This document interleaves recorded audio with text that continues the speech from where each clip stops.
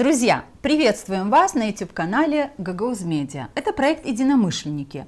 Здесь мы ведем дискуссии по самым разным вопросам, которые обсуждаются в нашем обществе.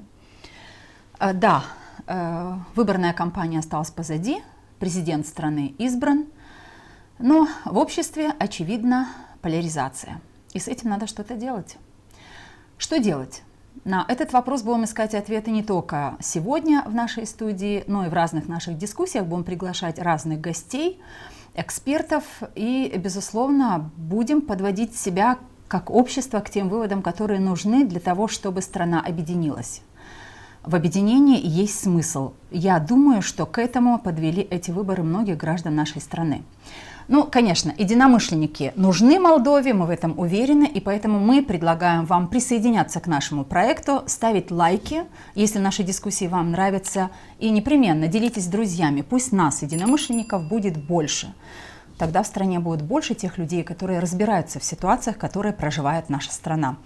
Мы готовы начать. Я Екатерина Жекова, Елена Карамид, и наш гость сегодня в студии. Мы будем говорить на интересную тему «Поствыборная Молдова». Оставайтесь с нами. Мы все хотим достойных условий жизни. Мы все хотим качественной медицины. Мы все хотим хорошие дороги и коммуникации. Мы все хотим высокие зарплаты и пенсии. Мы все хотим, чтобы работали законы. Мы все хотим лучшего для Молдовы, и это нас объединяет. Значит, мы единомышленники.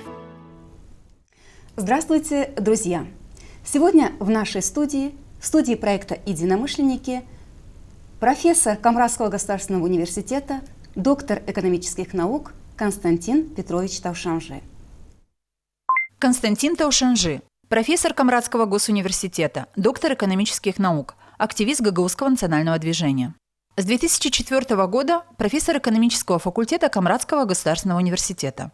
С 1991 по 2020 годы декан экономического факультета КГУ. С 1999 по 2004 годы примар города Камрата.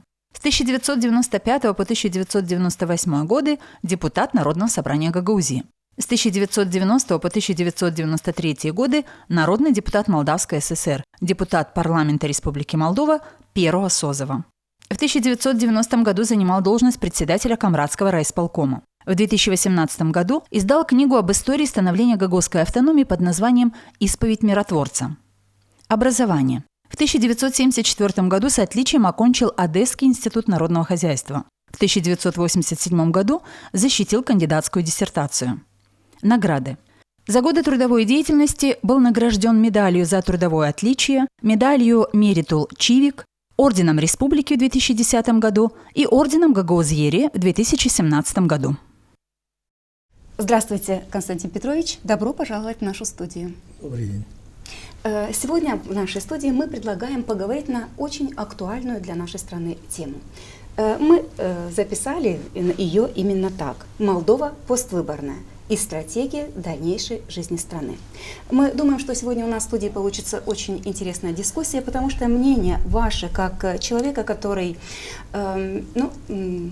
пробовал себя, не то что пробовал себя, но и очень хорошо показал, активно участвовал в становлении Гагаузской республики, как человека, который был и депутатом парламента Республики Молдова, и депутатом Народного собрания Гагаузии, был примаром Камрата. Очень важно для наших зрителей и для нас, ведущих этой программы.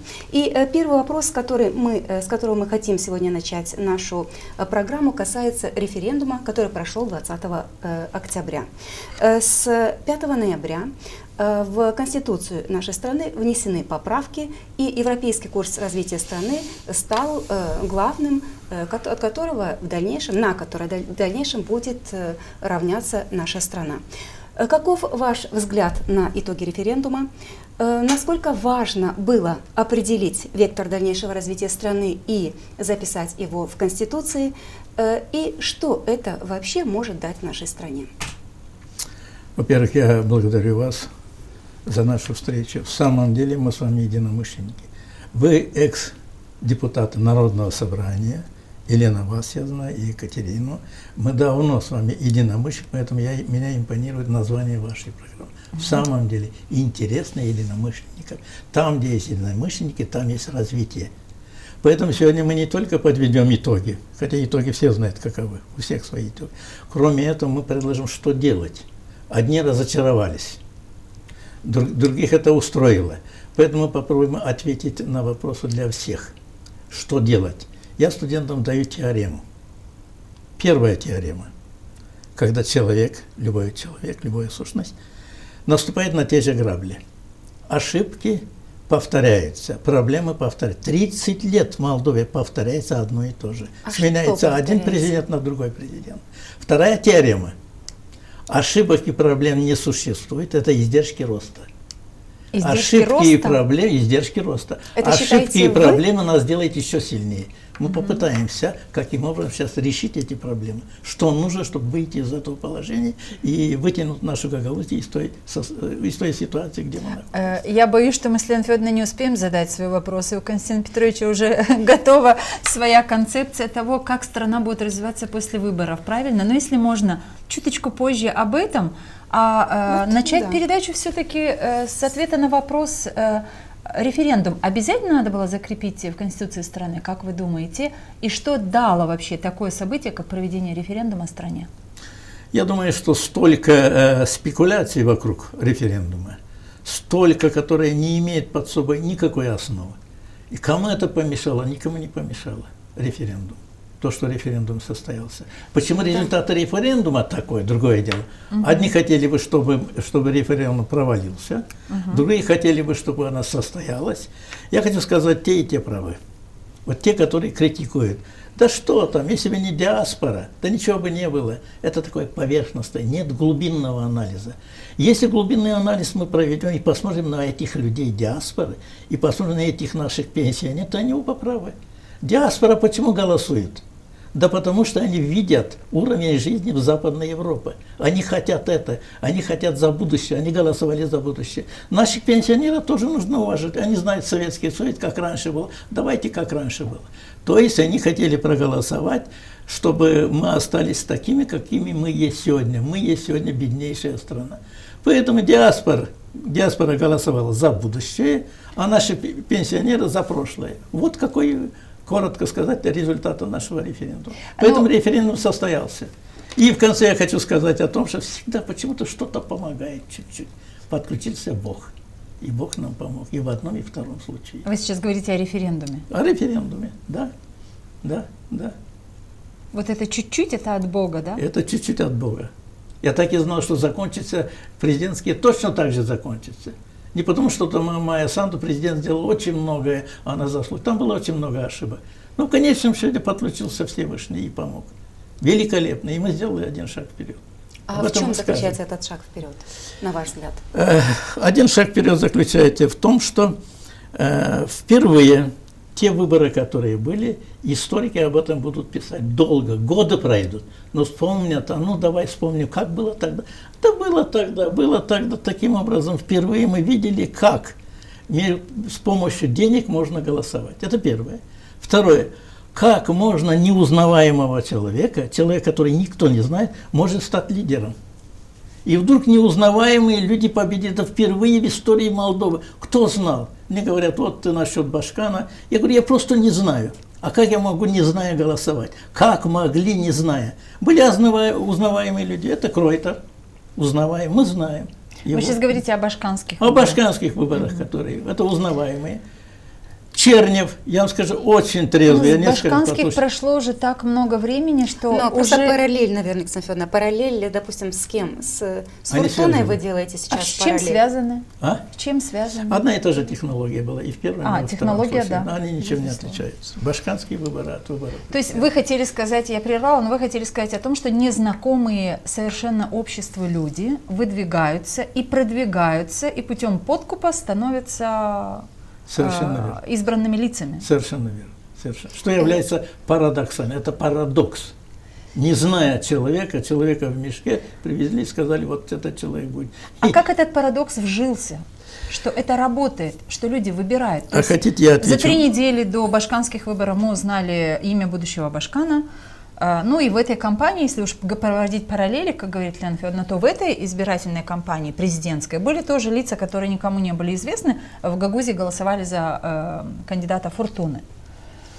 Екатерина который Федоровна, никто не знал, не знает. на это есть ответ. Как вы думаете, бедных людей легко купить? Или достаточно экономически состоявшихся людей? Ну, Кого можно легко купить? Но вы знаете, купить? здесь можно и как бы сказать о том, что людьми, которые стали получать бонусы от Шора, были не только пенсионеры, которых вы наверняка можете причислить к тем, кто нуждается сегодня больше в стране. Как мы видим, стали получать эти бонусы и представители агентства услуг, и медицинские работники, и педагоги. То есть где-то здесь не срабатывает та формула и мысли, о которой вы говорите. И депутаты. Вот эта схема, которая сделана, самые большие людей, бонусы, Екатерина Федоровна подсказала, это наши депутаты. Депутаты. Как можно было впервые в истории, мы ветераны, мы создавали эту автономию, чтобы десятками, тысячами долларов депутат получает, больше половины депутатов, об этом Чернев четко сказал, назвал вместе своими именами. И вот этот позор, самый настоящий позор. Самое главное, мы потом скажем, наверное, по предательству, предали идею. Самое главное, депутаты-предатели, они предали нашу идею. Они предали его, полностью предали, потому что наша идея, какая национальная идея? Возрождение экономики, возрождение гагаузского языка и так далее. Именно они, исполком и Народное собрание, значит, начиная с 1995 года постепенно. И через некоторое время в Гагаузии не будет, будет население. Поверьте, внуки у нас уже не говорят на гагаузском. Самое большое предательство это произошло. Касим Петрович, что вы вкладываете в слово «предательство»? И почему вы так акцентируя говорите о предательстве? Оно сейчас что, что-то новое в жизни, в политической жизни, в нашей жизни вообще? Надо нашему населению, сейчас нас смотрит, так, население. Чуть что кто-то кому-то, я стал он предатель, пятый, что. А теперь напомним всем. Это не мои слова, это Москва. Газета, независимая газета, есть такая независимая, есть газета «Ротор», Игорь Ротор написал статью, это был в 1991 году, в июне месяце он написал так: «Мир спасут предатели». Я запомните все, я это зрителям обращаюсь. «Мир спасут предатели», это 91 год. Вот война на юге. Вы имеете в виду нашу автономию? Наша автономия. Но тогда еще ее не было, вы имеете в виду юг Молдовы? А альтернативный проект Гагаузия и Гагаузия в составе Молдовы. Мы с Добровым его выдали, этот проект. И мы ходили в предателях, вы понимаете? Вот я хочу всех напомнить, старшее поколение помнит, для среднего поколения. А почему вас причисляли к предателям? Да потому что была Гагаузская республика, и мы готовы с Молдовой воевать. Мы готовы, как то, что сегодня происходит. Мы готовы с Молдовой воевать. То есть ваш проект предполагал мирные какие-то отношения с Молдовой для того, чтобы жить в единой Молдове, правильно понимаю? Да. И из-за этого вас называли предателем? Да, мы ходили предатели. А в чем суть предательства была? Предательство в том, что если есть Гагаузская республика, то есть надо было сохранять Гагаузскую республику? Надо идти до конца. Пролить кровь, так пролить кровь. Ага. Смотрите, еще раз, может быть, я плохо объясняю. В Приднестровье были предатели? Нет. Предателей не было. Я беру в кавычки это слово. Сколько человеческой жизни они положили? 1500 погибло под Бендерами, потому что не было оппозиции. И был единственный президент, напомните фамилию, Игорь Смирнов. Игорь Смирнов. Оппозиция была, не было. А в Гагаузии появилась оппозиция, которые хотят потянуть руку молдаванам, пожать руку молдаванам и идти на переговоры. Это вы и Добров? Я и Добров. Когда мы хоронили нашего патриота, нашего Гайдаржи, значит, вот забываете, Юрий Гайдаржи. Вы знаете, я тоже посчитал себя виноватым там. Я был тоже виноватым. Почему я не пошел на переговоры в Чемишли? Почему я не пошел о том, что надо остановить это? И если бы мы тогда не остановили, вы знаете, сколько человеческой жизни. Единственный, для истории говорю, Катя, единственный в СНГ, где не пролилась кровь, это в Гагаузии. И это не пролилась кровь по той причине, что была оппозиция, которая не хотела войны. Понимаете? Так, Касим Петрович, теперь еще раз уточняю, чтобы поняли и мы, и те люди, которые смотрят наш выпуск.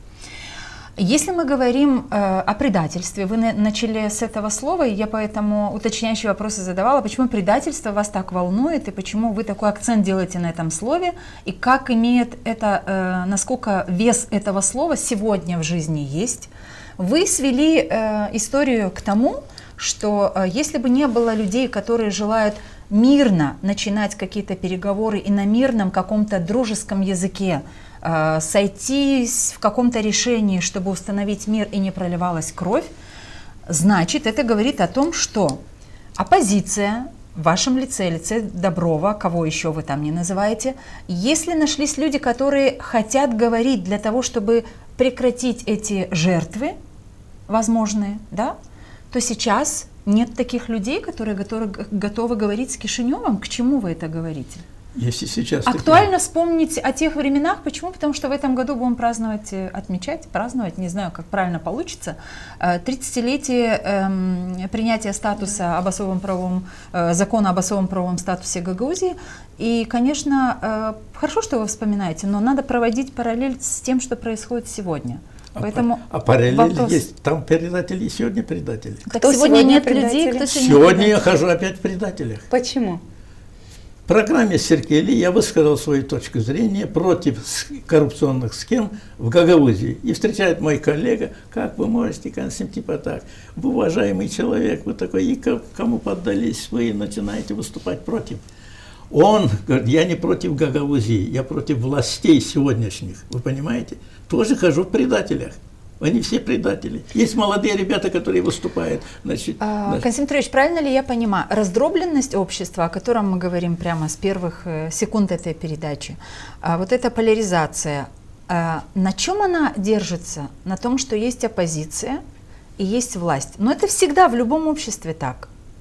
Другое дело, когда они переходят границы и красные линии, правильно?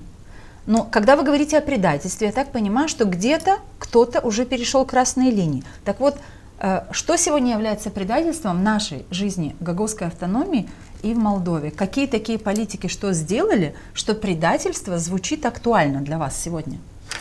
Она звучит актуально из уст таких людей, которые мало просвещены. Если ты выступаешь против наших властей Гагаузии, значит ты предатель, значит ты на той стороне.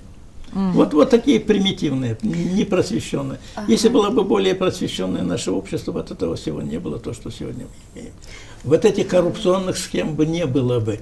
Любой другой страны, возьми прибалтийские страны. Как вы думаете, Илон Шор, он мог бы там взять какой-то регион под себя коррупционными схемами? А что, так не смог бы, вы думаете? Вы думаете, не смог бы? Я думаю, он более, он не смог. Он смог у нас, а там не смог бы.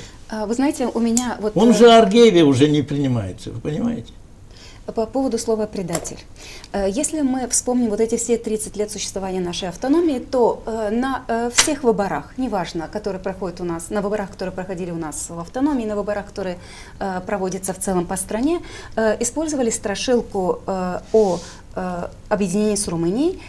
И здесь у нас в Гагаузии любого человека, который хотя бы как-то произносил какие-то слова, и эти слова можно было ассоциировать с Румынией, такого человека у нас считали предателем. Но посмотрите, изменилось ли это понятие на последних выборах. То есть сегодня даже оба кандидата имели гражданство Румынии. Но для жителей Гагаузии это не стало препятствием для того, чтобы отдать 97% своих голосов за человека, который имеет румынское гражданство. Скажите, по-другому стали смотреть на это слово «предатель»? Или сегодня уже такая страшилка, как объединение с Румынией, здесь у нас на территории автономии не работает? Она, может быть, в меньшей степени работает. Раньше она работала более. Сейчас в меньшей степени. Послужило деньги. Поверьте, деньги сегодня выигрывают выборы. Не идеология. Демократы, коммунисты, антикоммунисты. Деньги. Кому заплатили, сколько заплатили. Вот, это впервые с закрытыми глазами любому дай больше деньги. Я хочу сказать, может быть, с точки зрения юмора. Баллотируется денежный мешок, целый мешок, и баллотируется кулек. Где больше денег? В кульке или в мешке? Ну, наша страна пережила историю, когда и кулек много значил, поэтому не знаю, как там с мешком. Мешок выиграл. Мешок выиграл. кто пришел с мешком. Проходимец, знаете, может быть, это к слову сказать, часто говорят, проходимцы пришли к власти. Как пришел? Человек проходил мимо комрата, шор с деньгами. Да, я зайду сюда, он проходимец, он мимо проходил. И да, я зайду туда. Никто не, вы знаете, кто знает, кто такой шор? Да никто не знает. А вот 2000 лей все знают. Вот. Откуда и каким образом? Таким образом, чисто деньги, поймите, здесь нет идеологии, здесь чисто денежные дела. Если человек придет с большими деньгами, нет идеи, нет национальной идеи. Ну, подождите, до национальной идеи, мне кажется, очень далеко тогда, когда мы говорим о том, что страна бедная, много нуждающихся людей, и когда 400 лей для кого-то, 600 лей, а мы слышали, что в этой выборной кампании, так же, как и в выборной кампании в Гагаузии, когда Башкана избирали, счет шел на 1000, на 2, на 3, на 5, и сейчас мы слышали уже и 15 тысяч лей получал кто-то из так называемых начальников секты Шора, и больше суммы назывались. Но как мы до этого дошли? То есть только потому, что мы бедные, мы не ставим на чашу весов, что не все же деньгами меряется. Может быть, что-то произошло из нравственной точки зрения с гражданами страны, которые легко оценивают голос в 400, 500, в 1000 леев, 1500 леев. А это будущее нашей страны, это наша страна, это наша земля. И никто за эту землю не в ответе, кроме тех граждан, которые здесь проживают. Кстати, те, которые передают деньги, они же ведь не здесь живут. Мы же знаем с вами, что Шор, осужденный на 15 лет, он не находится ни в Молдове, ни здесь в Гагаузии, где вся его команда работает, в кавычках команда и в кавычках работает.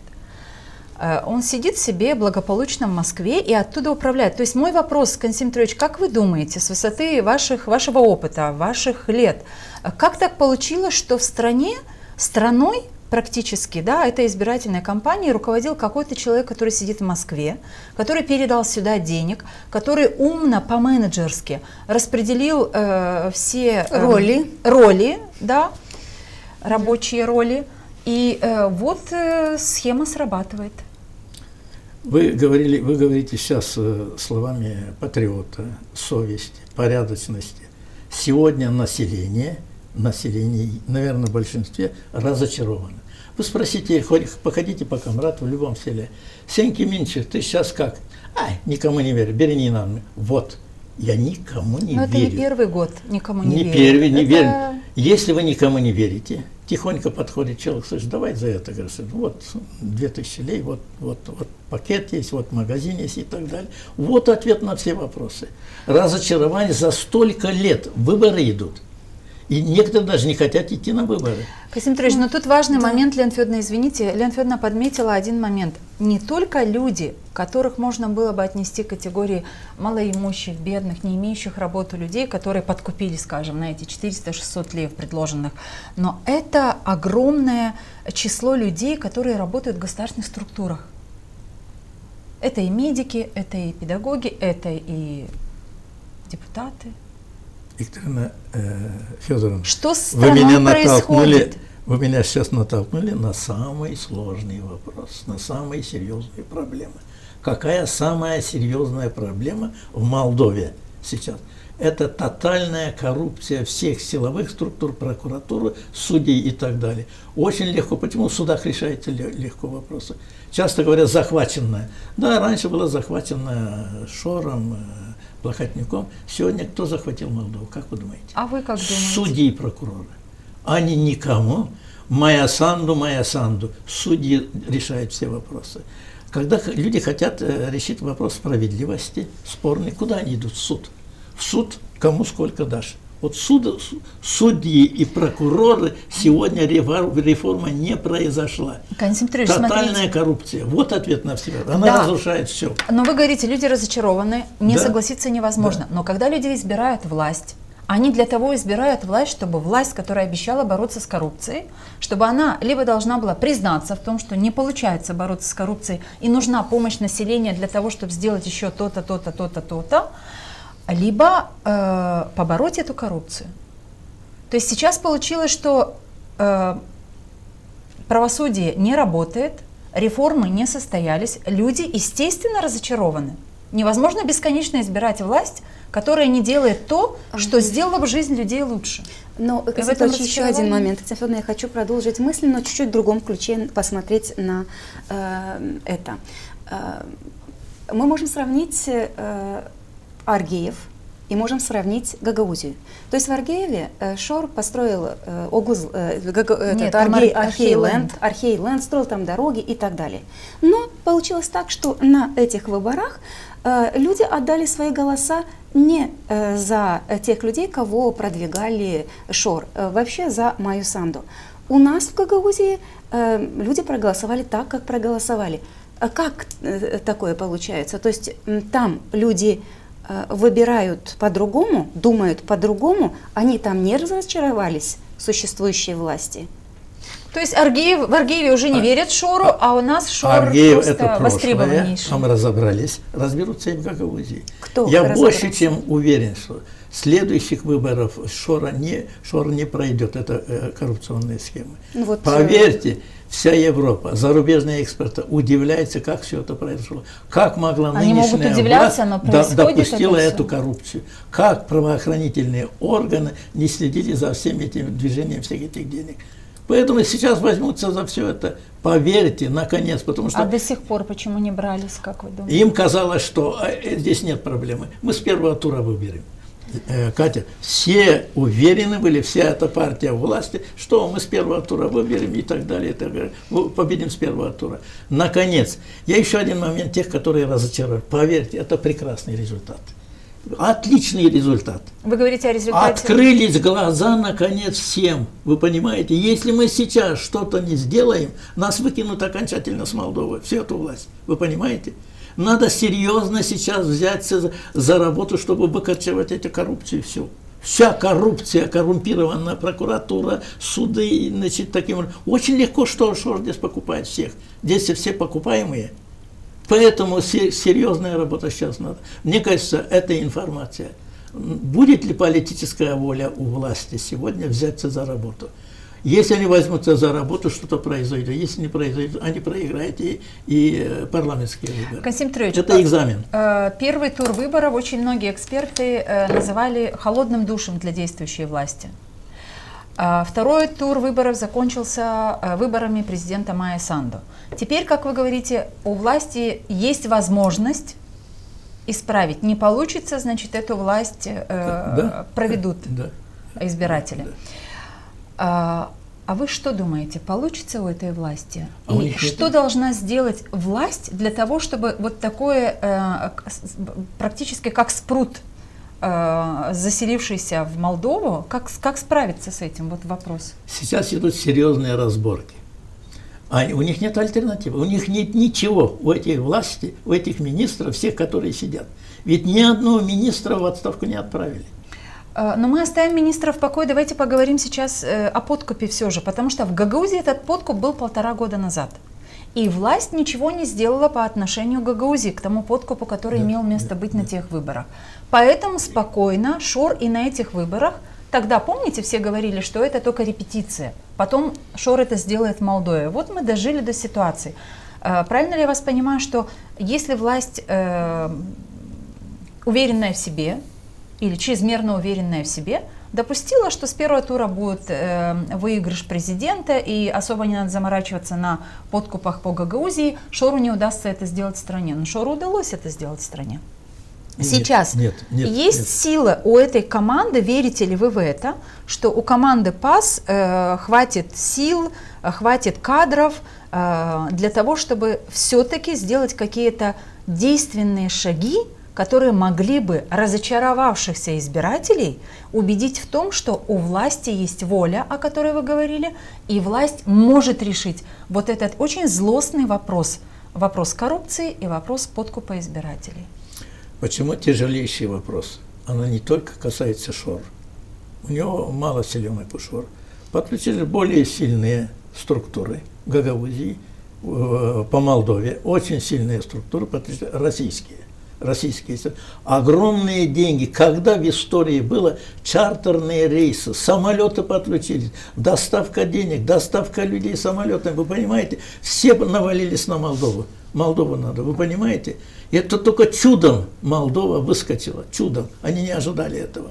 А теперь и зарубежные эксперты, и все подумают над этим. Вот. Каким образом? Столько проектов. Меня удивляет, Екатерина Федоровна, столько проектов. Смотрите на эти дороги в Кавказе, все красивые. Евросоюза, это деньги Евросоюза. И вдруг голосуем, тот же Кагул, и вдруг голосуем. А откуда такая? От отсутствия информации. Отсутствие информации. Поэтому Молдова пустила Гагаузию на произвол судьбы. Гагаузияне не занимались. Кого вы видели? А Гагаузия собой занимается? А Гагаузия тоже собой не занимается. Гагаузия занимался Шор и его схема. Вообще, его чем занимается Гагаузия, на ваш взгляд, вот последние, вот эти вот годы, 30 лет будет, чем занимается Гагаузия? Удержание власти. Я сказать, чем занимается. Как мы выиграли выборы, как делать, чтобы мы и следующие выборы выиграли. А что с автономией, собственно говоря? Автономия, со сверхзадачей этой автономии, которая была в самом начале, которая стояла как главная задача, что с ней? Вы были у истоков, наверное, вы можете проанализировать. Мы идем в том направлении, в котором вы планировали тогда, 30 лет назад, или мы свернули? А что за направление вообще? Так, милые депутаты, бывших депутатов не бывает. Я был у истоков, а вы были в Народном собрании, вы своими глазами видели. А теперь я вам задаю вопрос. Власти в Гагаузии, в исполкоме, которые сидели, и в Народном собрании, у них были личные интересы или интересы Гагаузии? Касим Петрович, знаете, очень сложно ответить... И когда личные интересы, я пришел набивать свои карманы, Ирина Федоровна, Влах, богатейшая женщина на юге, председатель парламента Игорь Гроссу назвал публично, вот мы разберемся, такая коррупция, такая, значит, 2 уголовных дела, разберемся с Ириной Влах. Замолчали. Ирина Влах, очень тонкая девочка, она выкрутилась. Каким образом? Она поехала в Румынию, через Румынию, оттуда, и она заявляет, язык не молдавский, а язык румынский. И мой хороший друг с Кишинева звонит, слушай, у вас, оказывается, Башкана-то очень умная, она себя защищает. Таким образом. Поэтому мне стыдно за наших гагаузов, которые там. Я не хочу сказать 2 кандидата, и оба кандидата никакие. Поверьте, я не говорю, что гагаузы такие. Есть и Кройтер, есть Чернев, я называю людей, которые... То есть вы сейчас перешли к президентским выборам. Вы говорите о том, что 2 представителя гагаузов были кандидатами в президенты Республики Молдова. И вы считаете, что это были не сильные кандидатуры? А как вы думаете, значит, Стояногла, генеральный прокурор, смотрите, Платона он отпускает. И он называет его, Платона называет он своим другом. Вы понимаете, генеральный прокурор. Теперь я задаю вопрос. Вы хотя бы одни слышали громкое дело у генерального прокурора, он сидел там. Одно дело назовите, а никакого дела. Он как прокурор никакой. То есть прокурора не было, генерального прокурора. Другой вопрос. Один раз вы, когда он дважды был депутатом парламента, вы слышали его, чтобы Стояногла, значит, вышел и сказал о статусе Гагаузии. Статуса Гагаузии при нем как раз лишили, Дадон лишил статуса Гагаузии. Вот. Вы один раз, когда вы слышали его выступление? Какого статуса лишил Дадон? Никто не лишал Гагаузии статуса. Вы имеете в виду какие-то полномочия, деконцентрированные службы? Какие полномочия, формальные полномочия, но не статуса. Статуса никто не лишал. Нет, не статуса, состав статуса полномочий. Касим Петрович, но я хочу вернуться. Вы говорите, 2 кандидата Гагауза. Это плохо, что 2 кандидата? Можно было бы подумать, что вон как Гагаузия подготовила целых 2 кандидатов гагаузов на должность президента Республики Молдова. И у вас улыбка на лице. Гордость или стыд? Да. Вот я задаю, у вас гордость или стыд было? Я хотела сначала, чтобы вы ответили на этот вопрос. Один аргумент. Наш гагауз, великолепный наш соплеменник, с экрана телевизора говорит о своей программе. И он называет такие вещи. Идет война между Россией и Украиной. И он говорит о том, что мы должны со всеми дружить. Можете себе представить, идет война, это не то, что есть 2 соседа у тебя, Иванов, Сидоров. У нас хорошие отношения с соседями, мы дружим. Как ты можешь, значит, одна сторона нападает, убивает, тысячами людей, значит, гибнут в соседней Украине, и он хочет дружить. Вопрос стоит принципиальный. Если бы он сказал бы, я против войны, я против, значит, агрессора, но он и говорил, что он называл войну войной. Он Россию агрессором не назвал. Не надо. Он войну войной. Это общие фразы. А ни о чем. Вот я против любой войны. Это ни о чем. Если бы сказал бы, Россия напала на Украину, и там гибнут тысячами людей, соседняя Украина захватила то-то, то-то. Это вас убедило? Это весь мир. Это когда я слышал такие вещи, человек совершенно некомпетентен. Он некомпетентен как президент. Мне стыдно было слушать, он должен был осудить нападение на Украину, как весь мир. Весь цивилизованный мир осуждает нападение на соседнюю Украину. Константин Петрович, вас возмутило это только в Стояногло, или и вас это не возмутило в Ирине Влах? Потому что Ирина Влах была башканом тогда, когда началась, когда случилось вторжение в Украину. И Ирина Влах ни разу не назвала и не высказывала своего мнения по отношению к Украине, к России, а просто предлагала, что это не наша игра, как-то так, я сейчас не помню. Много всяких около мыслей говорила Ирина Федоровна, но ни разу не называла это войной. Вас это удивляло только в Стояногло и не удивляло это в Ирине Влах? Удивляло. Чаще всего Ирина Влах говорила о том, что надо дружить со всеми, и не продемонстрировала дружбу в Гагаузии, как минимум, потому что не удалось, к сожалению, на мой взгляд, и Ирине Влах сплотить общество гагаузское. Поэтому к моменту после 8 лет ее работы здесь таки осталось гагаузское общество разрозненное. Или я не права? Екатерина Федоровна, чтобы быть башканом, нужно взять ответственность на себя.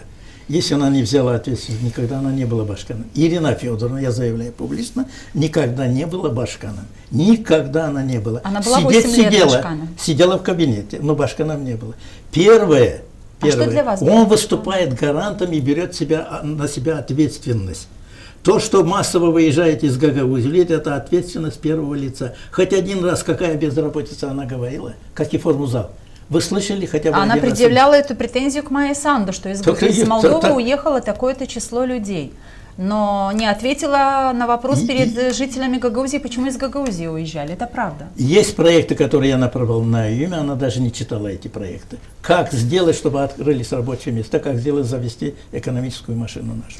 То есть вы хотите сказать, что личные интересы, которые задвигали на второй план, интересы Гагаузии, интересы я гагаузского говорю, народа? я говорю, а это де-факто. Это де-факто. А на что она живет? На что она? Она нигде не работает. Вот. Знаете, вы сегодня меньше всего хотели бы, наверное, но говорить все же я об Ирине хочу Влах. задать о ней Пожалуйста. вопрос. Мне бы хотелось вам задать следующий вопрос. Закончились выборы президента страны, и буквально через день Ирина Влах заявляет о том, что она создает свою партию. К чему такая спешка? Это попытка обелить, я не знаю, создать чистую партию, которая ни с кем не связана. Удастся ли ей ассоциироваться от тех политических сил, с которыми она выступала в последние годы? Дистанцироваться. Да, дистанцироваться правильно. Как вы думаете? Я не знаю, с какой позиции ответить. «Сердце Молдовы» называется партия, да? Да. Которую презентовала Ирина Влах. Ее партия будет называться «Сердце Молдовы». Рекламу делаем. Как вы думаете, ее личная цель какая, если зайти через рентген ее пропустить? Попасть в парламент, где-нибудь сидеть. Она никогда нигде не работала, пусть не обижается. Старые люди в возрасте знают, надо работать или бригадиром, или какое-то производство, или быть председателем где-то, примаром где-то. Она нигде не работала, никакого опыта. И дальше она не хочет работать, она хочет сидеть в парламенте. Можно сидеть в парламенте, если ты там работаешь. Вы один раз слушали ее выступление. Воронин сам говорит, что она просто сидела там. Поэтому как я могу... Да, страна слышала такие заявления Владимира Воронина об Ирине Влах, что за много лет работы там ни разу не было никакой законодательной инициативы, никто не слышал, как она выступала. Мы это слышали, но одновременно с этим ничего не мешает Ирине Влах с ее бэкграундом, 10 лет в парламенте, 8 лет башкан Гагаузии, затем создавать свою партию и двигаться дальше в национальную партию. Люди ведь верят. И я хотела бы вернуть вопрос к тому, о чем вы чуть раньше говорили, что проблема в непросвещенности населения, в плохой информированности жителей. Можем ли мы считать именно это самой главной причиной, почему наших избирателей легко подкупают, почему избиратели легко доверяются людям, политикам, которые приходят и нагло врут, потому что бывали предвыборные кампании, когда примары, кандидаты в примары, либо кандидаты в депутаты обещали людям повысить пенсии. Понятное дело, что ни примар, ни депутат не может повысить пенсии, но депутаты парламента могут этим заниматься, это напрямую их работа и правительства. Но из-за плохой информированности, из-за плохого понимания людьми, какие структуры чем занимаются, какие органы уполномочены заниматься какими вопросами, можем ли мы считать, что это главная причина тех бед, на которые, в общем-то, страна скатилась, да, сейчас вот такой ситуации, когда подкуп решает, кто будет руководить страной и автономией? К сожалению, это так. Если так, то как? Вы все-таки профессор, вы... Я хочу сказать, что только через образование. Ну как? Вот как это возможно? Вы посмотрите, посидите с нашими студентами. Пенсионерам можно обмануть. Попробуйте наших студентов. Попробуйте студентов обмануть и наших. А что попробовать? Мы смотрим на то, как голосует молодежь, и молодежь в Гагаузии голосует очень пассивно. Средний возраст проголосовавших на этих выборах 35 лет и старше, это в целом по стране. Но это наверняка такая же ситуация и у нас в Гагаузии. О чем это говорит? Я Понимаете, думаю, есть какая-то апатия, Константин Петрович? Есть. Да или нет? И апатия потеряна вера, это очень важно. Сейчас нужно очень много, не 1 год поработать, вернуть веру. Что вы называете и у молодежи потеряла. Нет веры, нет и молодежь веры. Потеряла. Вы знаете, о чем они думают, молодежь? Не как в Гагаузии поработать, большинство, как куда-нибудь уехать. Вы понимаете, мы убили эту веру, эту надежду. Надежда убита. Заканчивает университет, он уже связывается, куда ехать, где работать и так далее. Но вы знаете, мне хочется сказать о том, что у нас на территории нашей Молдовы в основном молодежь получает образование. Но, возможно, то, что говорите вы, они не могут себя реализовать в дальнейшем. Может быть, и даже и не пробуют, или здесь есть какие-то другие составляющие. Но все же мы бы хотели обратить ваше внимание на мнение молодого человека из Гагаузии. Мне кажется, он учится в Камрадском государственном университете, да? Нет? Андрей Шевель. Да, цитату, которую мы подготовили. Да, мы подготовили для вас цитату, которая высказана вот молодым человеком, жителем нашей автономии. Он говорит, что когда мы перестанем делить избирателей на наших и диаспору, то воспринимать эти вещи будет гораздо проще. Не диаспора решила на этих выборах, а граждане Молдовы. Не надо делить этих самых граждан и каждой части давать своего президента. У Молдовы один законно избранный президент Майя Санду. Согласны ли вы? 100%. Да, очень правильно. Это один из толковых людей. Это образец. Я часто жму ему руку. Нам должно быть побольше таких молодых людей. К сожалению, очень мало. У него очень много есть энергии, достаточно много энергии. Вот таких молодежи, если у нас будет побольше, может быть, что-то произойдет у нас в Гагаузии. Что-то может произойти. А теперь я бы хотел сказать, все-таки основа. Есть причина, есть первопричина. Давайте глубинные знания. Если мы глубоко вникнем, копнем глубже, мы увидим, где корни. Корни духовный кризис. Не экономический кризис, я экономист, духовный кризис. Украденный миллиард, причем тут, значит, экономика. Это кризис, это мораль. Мы пока, у нас здесь есть, мысли есть, как делать, как украсть, а вот здесь у нас нет души. Поэтому моральный, очень важно. Я в своих программах в университете посвящаю очень много морали. Без морали не бывает экономики. Наша экономика аморальная. Если аморальная экономика, рабочие места не откроются никогда. Люди будут уезжать отсюда. Ну, как вы ее нащупали, эту аморальную экономику? Очень просто. Жаль, если была бы возможность, я бы пригласил бы с Украины одного предпринимателя вот сюда, который я встречался недавно с ним в Кишиневе. Он беженец с Украины, с Одессы. Беженцы с Одессы, он предприниматель, и он решил здесь заняться своим производством и так далее, заняться бизнесом, заняться экономикой. Хотел открыть рабочие места. Он за голову взялся, иди сюда, Константин, мы друг друга знаем. Что происходит, неважно, тут такая налоговая система такая. Кто-то специально сделал по Молдове так, что ты не сможешь никогда открыть любое предприятие. Торговлю можешь, магазин открывай сколько хочешь, импортными торгуй, но чтобы своего производства не было. Так сделано. Например, один момент. Не для экономиста. чтобы открыть рабочие места, чтобы эти молодежь осталась здесь и оплатить им заработную плату. Если вы будете платить им 8 тысяч, к примеру, берем одну сумму, 8 тысяч, то должен государство оплатить 9. Собери все налоги, все издержки собери вместе, больше, там 115%. Это было 10 лет назад, мы пришли, и сохраняется это. Кто это делает? Нет министра экономики. Я несколько написал. Я единственное, вот сейчас я скажу, может быть, не по теме. Я выход из этого всегда есть. Я предложил провести региональный экономический эксперимент для всей Гагаузии. Дайте нам полную самостоятельность, и мы через налоговые соглашения. Люди согласны больше платить. Мне говорят, а почему они согласны больше платить? Да потому что они взяток больше платят. Касим Петрович, кому вы это предлагали?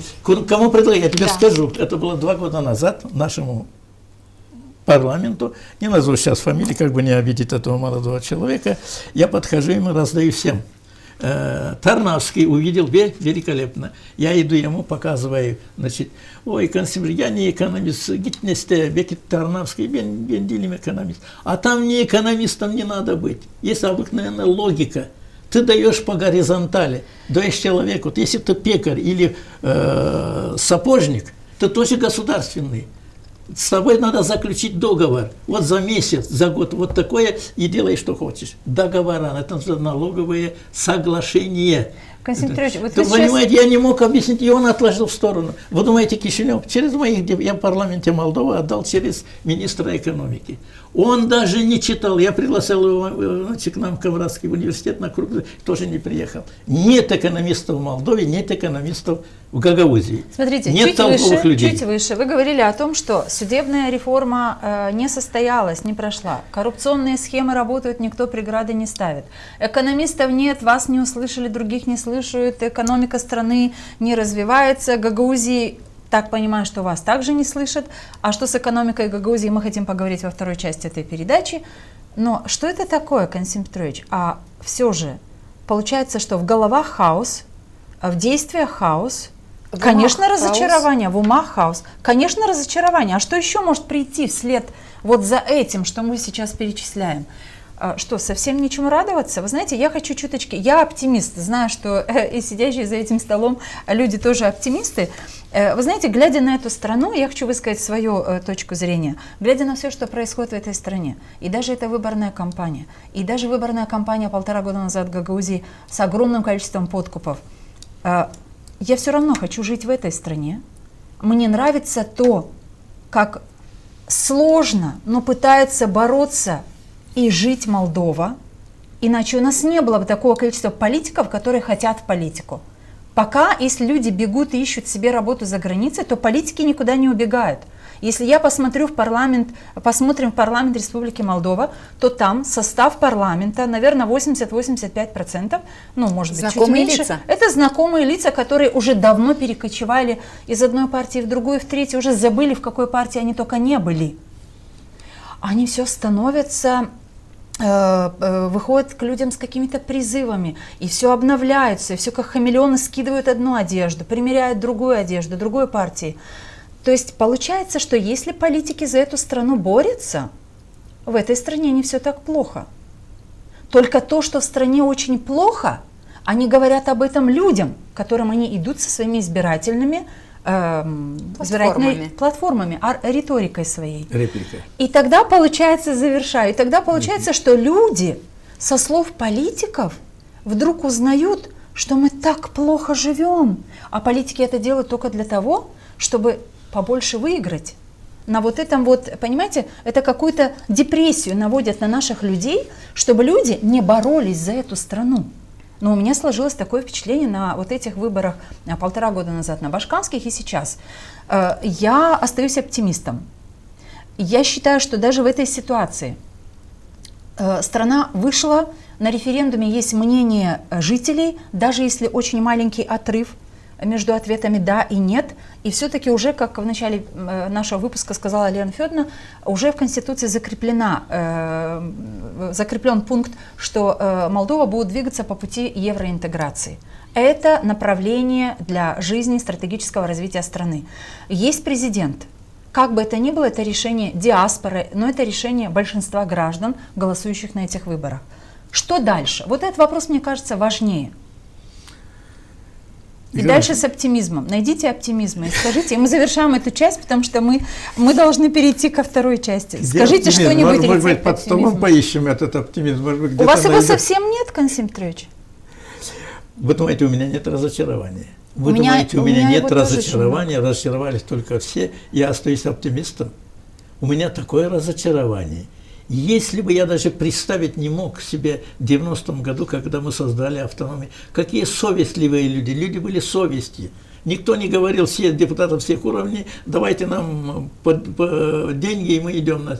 Такого не было. И за 30 лет произошло такое духовное разложение. Я вот не знаю, думаю иногда, может быть, рыночные отношения. Что произошло? Вы говорите, люди борются. Они борются за власть. Политики борются за власть. Политики. Я не про людей. Люди не борются. Люди просто политики, принимают дар Шора и голосуют. Большинство так поступало, к сожалению. Да. Мы переходим к нашей рубрике, да. Друзья, надо сказать, что этот горячую эту дискуссию на секунду, если можно, Константин Петрович, прервемся, потому что сейчас, мы предлагаем вам подписаться на наш канал. Если вы смотрите нашу дискуссию, порекомендуйте своим друзьям. Пусть больше людей услышат мнения, которые звучат в нашей студии. Gagos Media. Мы здесь, проект «Единомышленники». С нами Константин Петрович Таушамжи, профессор, доктор экономических наук в нашей студии. И мы говорим о поствыборной Молдове и о том, как выбираться из всего того, что получилось после выборов. И объявляем нашу рубрику «Люди говорят, что…»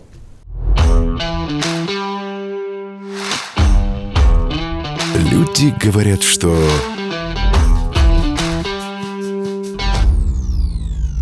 Константин Петрович, люди говорят, что диаспора не имеет права решать за всю страну. Так ли это? Знаете, кто говорит так? Кто говорит так? Те, которые здесь у нас в Молдове, те, которые хотели бы выиграть эти выборы. Вот они говорят, они завидуют диаспора, вот из-за диаспоры и так далее. Передовая часть, ответственность заявляю, самая передовая часть, самые умные, самые продвинутые, они уехали в Европу, и там работают, самые толковые. Вот эта часть как раз и тянет нас вперед. Они увидели благополучную Европу. Они куда тянут? А оставаться, когда они хотят, мы не хотим в Европу. Вы живете в беднейшей стране Молдова, самая бедная страна, и оставайтесь в Румынии. А вы знаете, что в Румынии и зарплата, и пенсии в 3-4 раза больше. Вы знаете, те, которые прошли, Латвия, Литва, уровень жизни какой там. Вот. Мне кажется, что какая-то боязнь, чего боимся, какой боязнь была. Боязнь самая коррумпированная, вы знаете, судьи, прокурор тоже не хотят туда. Потому что разберутся. Поэтому пока мы не избавимся от тотальной коррупции, которая давит и экономика, и все. Вы думаете, только людям раздали деньги и голосовали? Шор раздал силовым структурам. Силовые структуры не наводили порядок, они тоже были купленные. Теперь уже все разобрались, что произошло. Я думаю, что разборки будут, повтора не бывает. Отрицательные результаты, говорят, тоже результат. То есть над чем работать. Люди говорят, Константин Петрович, что Молдову ждут протесты. Так ли это? Это сказки. Какие протесты? Какие протесты? После выборов. Если разрыв достаточно существенный. Майя Санду выиграла и в Молдове, не только в Европе, не только за счет диаспоры. Нет, в Молдове процент Стояногла выше, чем процент голосов, отданных за Майю. Еще один момент, который придает очень большое значение. Вот Стояногла. Скорее всего, протестное голосование было. Кто недоволен был нынешней власти, голосовали за Стояногла, не зная, кто такой Стояногла, как и не зная, кто такой наш Башкан. Поэтому это совершенно случайный человек оказался. Простите. Но человек, который никогда нигде не себя не проявил. Я бы не сказала, что это совершенно случайный человек для Гагаузии, потому что в Гагаузии знают Александра Стояногла, как минимум потому, что трижды Александр Ильич Стояногла выдвигался в Башканы. Один только вопрос, что когда мне всегда было очень жаль, что тогда, когда Александр Ильич выдвигался в Башканы, и тогда он был достаточно достойной кандидатурой для кандидатуры в Башканы Гагаузии, и Гагаузия не голосовала. Почему не голосовала? Почему не голосовала? Почему он не выиграл? Вот и обидно. Я думаю, почему же сейчас 97% с лишним отдали голоса за Александра Ильича Стояногла, а тогда трижды, предлагая свою кандидатуру на должность Башкана гагаузы не поддержали. Но из тех кандидатур, что были тогда, это была достойная кандидатура. Екатерина Федоровна, значит, кроме того, что он прокурор, надо быть личностью. Вот Кройтер – личность. Дмитрий Кройтер – это личность. Мы с ним поработали.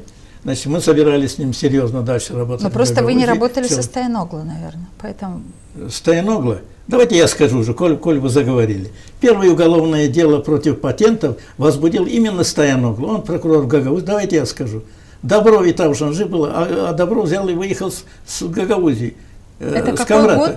Это был 97-й, когда мы над патентами работали.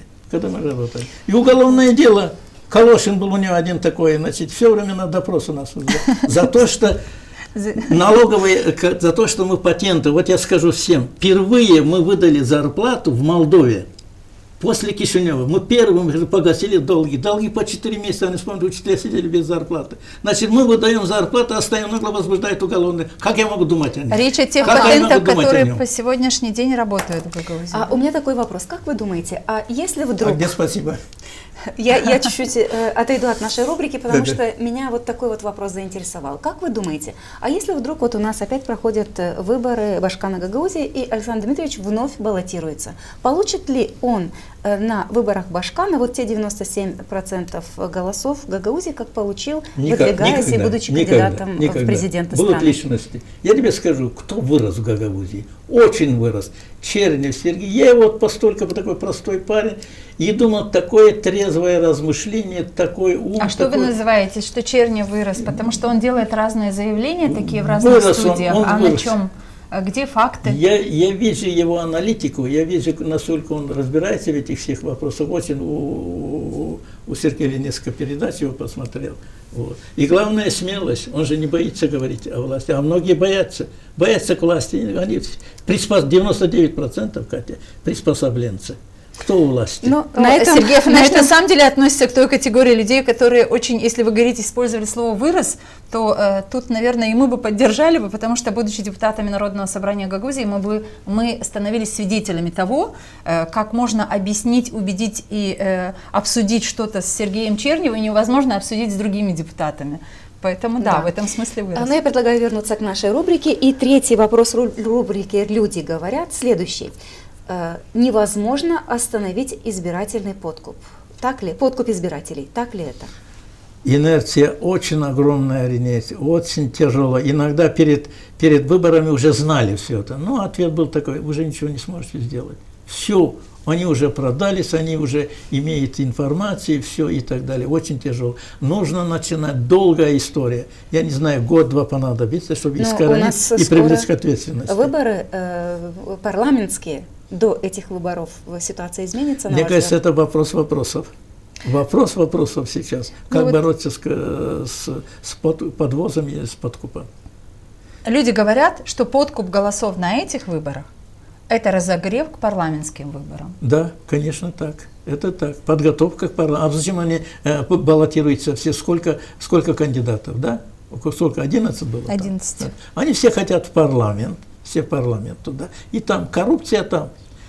Я тебе скажу, если бы я видел бы, нашел бы хотя бы Андрея Настасия, разве мне хотя бы нескольких истинных патриотов, которые в самом деле придут к власти и будут о благополучии страны, о благополучии нашей. Я просто не вижу там. Не вижу. Самое обидное, что есть много умных экономистов. Вот сильных экономистов я знаю в Молдове, они все тихие, потому что они не могут засучить рукава и бороться. А эти, там же кормушка. А кормушка как идут? Отодвигая тех умных людей, идут кормушки. У вас все же очень много пессимизма. Да. И разочарований. Да. И разочарований. Но это ощущается. Но самое главное, я в ближайшее время предложу рецепт. У меня есть рецепт. Я знаю, как завести машину. Наша экономическая заржавела и находится 30 лет на обочине.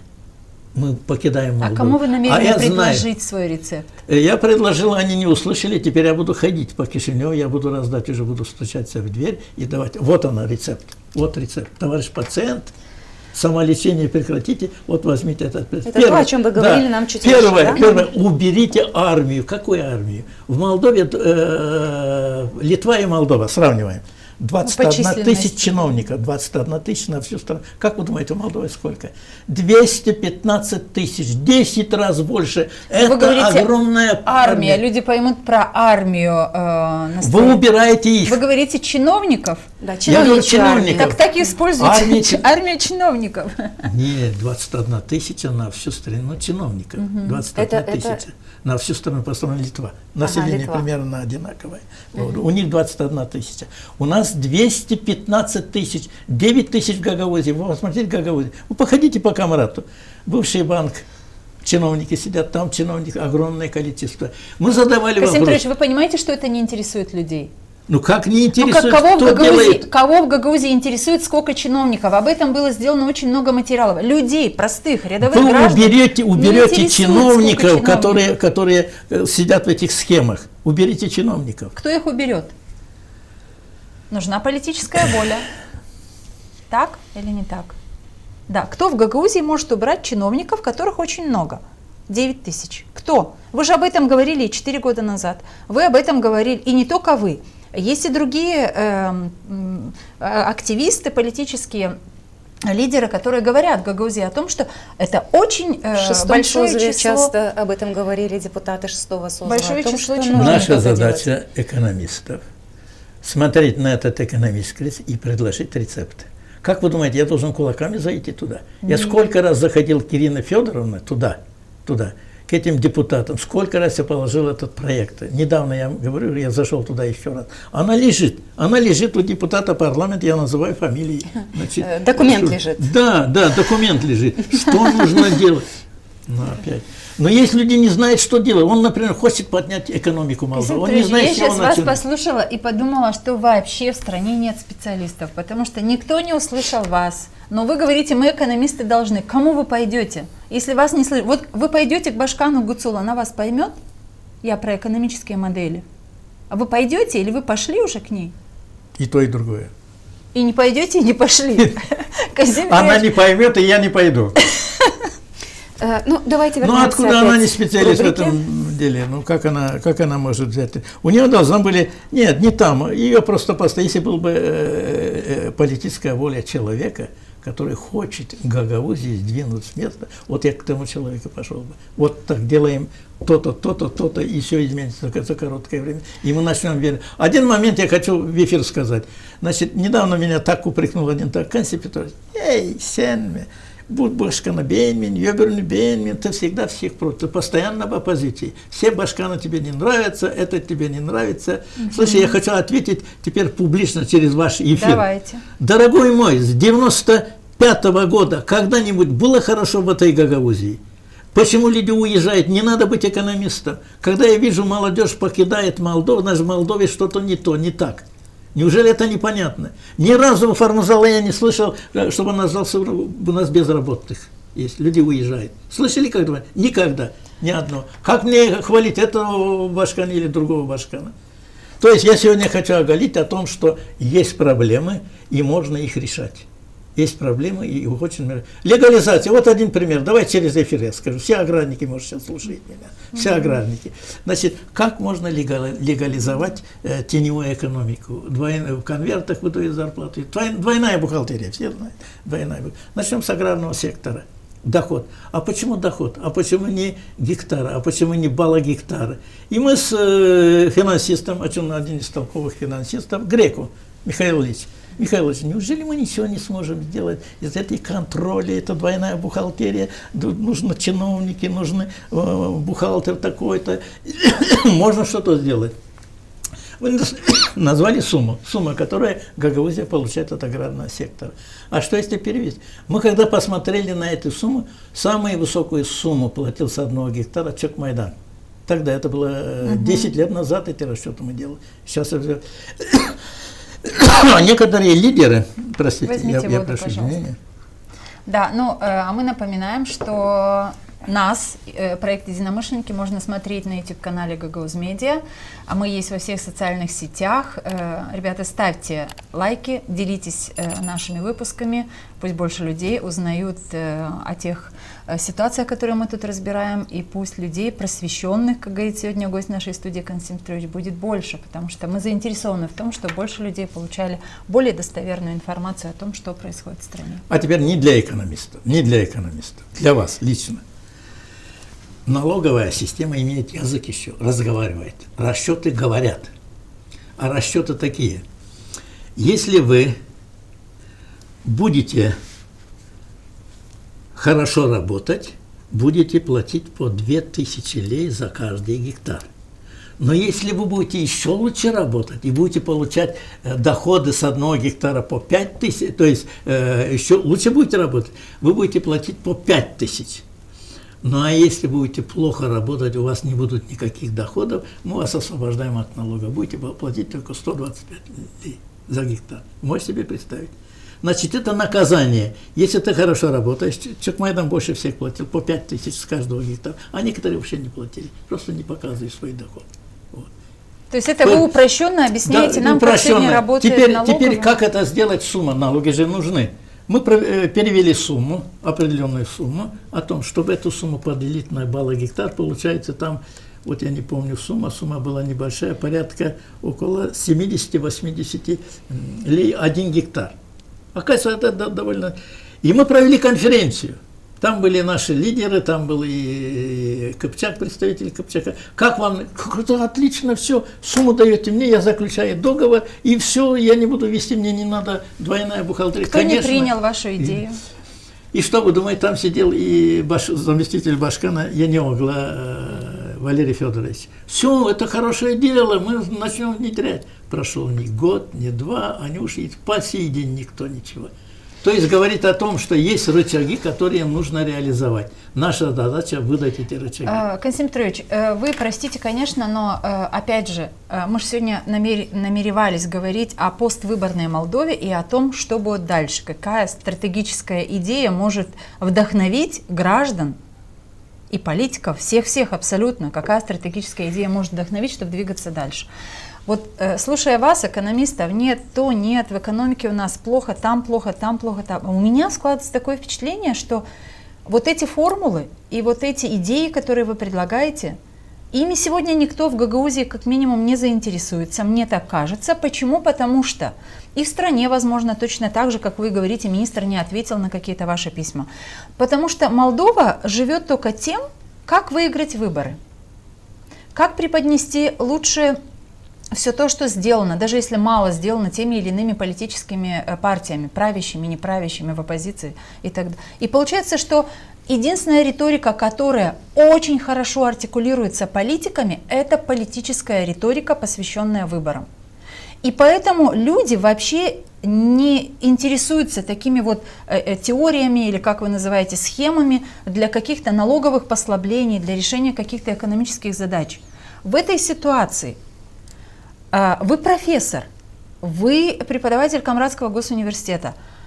Мне кажется, может быть, ошибаюсь, может быть, научное сообщество должно собраться и сказать власти, что, господа, что-то нужно делать с экономикой, с культурой, с еще другими отраслями, потому что мы утонем в этом болоте.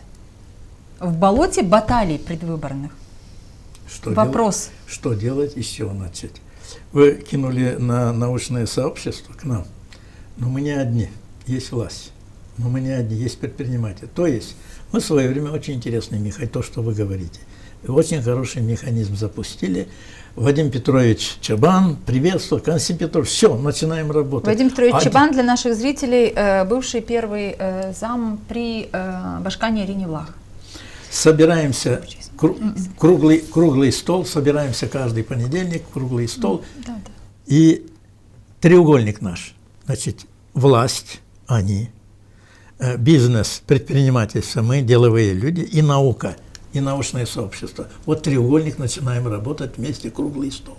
Кстати, в одно время и Кишинев это приветствовал. Кстати, нам они обещали, тоже будут приезжать на наш круглый стол. Вот о чем я в ближайшее время буду говорить в Кишиневе. пока не будет Мы ждем вашего круглого стола, да. пока не проведем вот Идем в Кишиневе. дальше. Мы в 2002 году был круглый стол в Кишиневе, национальный круглый стол. А как иначе собрать вместе? Это ваше предложение. Как? Они, власть само собой, мы сами собой, мы все должны собраться за один круглый стол, вот как вы здесь собираете своих единомышленников. У вас просто много предложений, у вас много идей, и у вас есть все основания для того, что как научное сообщество требовать от власти участия или проведения каких-то таких широкоформатных дискуссий профессионалов, специалистов, которые смогут помочь власти, если она погрязла в каких-то баталиях и не может выкарабкаться ни экономически, ни с юридической точки зрения, с юриспруденцией, с судами, значит, надо, чтобы кто-то помог этой власти, разве нет? Катя, в вашу сторону я сейчас хочу бросить камушек. Давайте. Есть еще одна власть. Четвертая власть. Четвертая власть. Да. Если наша ГРТ, не ГРТ, я не знаю, это ГРТ или никакой не ГРТ, пока журналисты не начнут поднимать, типа вас, то, что вы сегодня делаете, вы сегодня большое дело делаете, вы сделали, вы единомышленников собираете, когда журналисты начнут наконец поднимать эти вопросы. Извините, но секундочку еще. Константин Анатольевич, смотрите, вы говорите, пока журналисты начнут поднимать. Еще раз, это мои наблюдения. В гагаузском обществе, если говорим о гагаузском сообществе, у гагаузского жителя нет претензий ни к тому, почему 12 миллионов леев на ГРТ расходуются только для того, чтобы пиарить Шора и его соратников, команду, скажем, да? Нет этих претензий. Нет претензий у людей ни к чему абсолютно. Нет претензий. Да, ни к Народному собранию Гагаузии, которое сейчас практически бездействует, от ни которых к зависит наша жизнь, которое практически никакими делами автономии сейчас не занимается. Но у людей есть претензии к геополитическому вектору, с которым уже определились, получается, сейчас. До сих пор они были, что мы не хотим туда, мы хотим туда. Нам нужно с Россией, нам нужно с Европой, говорят другие. В Гагаузии меньше таких голосов, что нам нужно с Европой, но такие голоса тоже были. Большинство людей думают, что без России Гагаузия вообще не выживет. Кстати, это следующий вопрос нашей рубрики «Люди говорят». То есть люди говорят, что жизнь и развитие автономии невозможно без России. Так ли это? Как вы думаете, Чехия, как вы думаете, Прибалты, как вы думаете, они что, тоже зависят от каких-то крупных стран, которые им помогут? Как вы думаете, как они развиваются? А как? Пока мы сами не начнем развиваться, и мы будем говорить, если мы без России никак не можем, это очень плохо, что если мы без России никак не можем. У нас есть все ресурсы. У нас есть все ресурсы. Есть некоторые мифы, я вам скажу сейчас. Ресурсы есть, у нас газа нет, у нас электроэнергии нет. Вообще говорят, что у нас нет ресурсов. 4 мифа, давайте эту болезнь. 4 мифа. Мы маленькая Гагаузия, мы не сможем, потому что мы маленькая, мы сами не сможем, нужно крупное. Это миф или реальность? Это миф. Есть Андорра, маленькое государство, есть меньше населения, очень высокий уровень жизни. Второй миф. У нас нет энергоносителей, что есть в России, у нас нет нефти и так далее, мы не сможем. Скажите, пожалуйста, развитой Западной Европе есть нефть? Японии есть, в Японии вообще и угля нет. Там ничего никаких нет. Какой уровень жизни? Вы понимаете? Вот. Самое главное, должна быть идея о том, что, значит, иметь потенциал, человеческий потенциал – это самый большой резерв. И мне кажется, что в этом направлении, когда мы начинаем искать какие-то вопросы, что вот со стороны должны помочь. Поэтому мы пока сами не возьмемся и не разберемся в своих проблемах, почему мы плохо живем, почему коррупция и так далее, они сразу скажут, сколько денег мы вам выделяем, где они. Сколько проектов, столько грантов. Где ваши гранты, которые мы отправляли в Гагаузии? А вот. где? А вот где? Где? Надо спросить Ирину Влах. Где гранты? Вот. Кто построен на эти гранты? Поэтому мне кажется, что все зависит все-таки от морали. Если придут люди, которые патриоты, которые переживают, которые хотят благополучия республики, нашей Гагаузии. Есть другого выхода у нас просто нет. Еще один вопрос. Люди говорят, что Народное собрание Гагаузии стало разменной монетой Шора. Так ли это? Не ошибаются. Они правильно задают вопрос. Все народные собрания, не можем сказать, вы сами были там, большинство по той информации, которая у меня есть, 2/3 они все находятся, значит, у Шора на зарплате находятся. Остальные, 1/3, там есть незначительное количество депутатов, которые никак не влияют. Главное, что Константинов и с этим большинством, вот и все. Шор что будет делать? Ну, представь себе, человека нет здесь. Он за рубежом находясь, не стыдно это? Он оттуда командует нашими депутатами. Касим Петрович, опять же, людей наших, жителей автономии, это не беспокоит. Очень плохо. Очень плохо. Или вы видите другое? Очень жаль, что люди потеряли и веру, и надежду, и ничего, и они просто молчат. Не файдаса, никто ничего не... Пойти протестовать, не файдаса, ничего не... Вот так унизили, поставили на колени всех. За 30 лет поставили Гагаузии, и все находятся на коленях. Если ты на коленях, и я покажу тебе кусочек хлеба, ты будешь молиться. Молиться мне, Шору.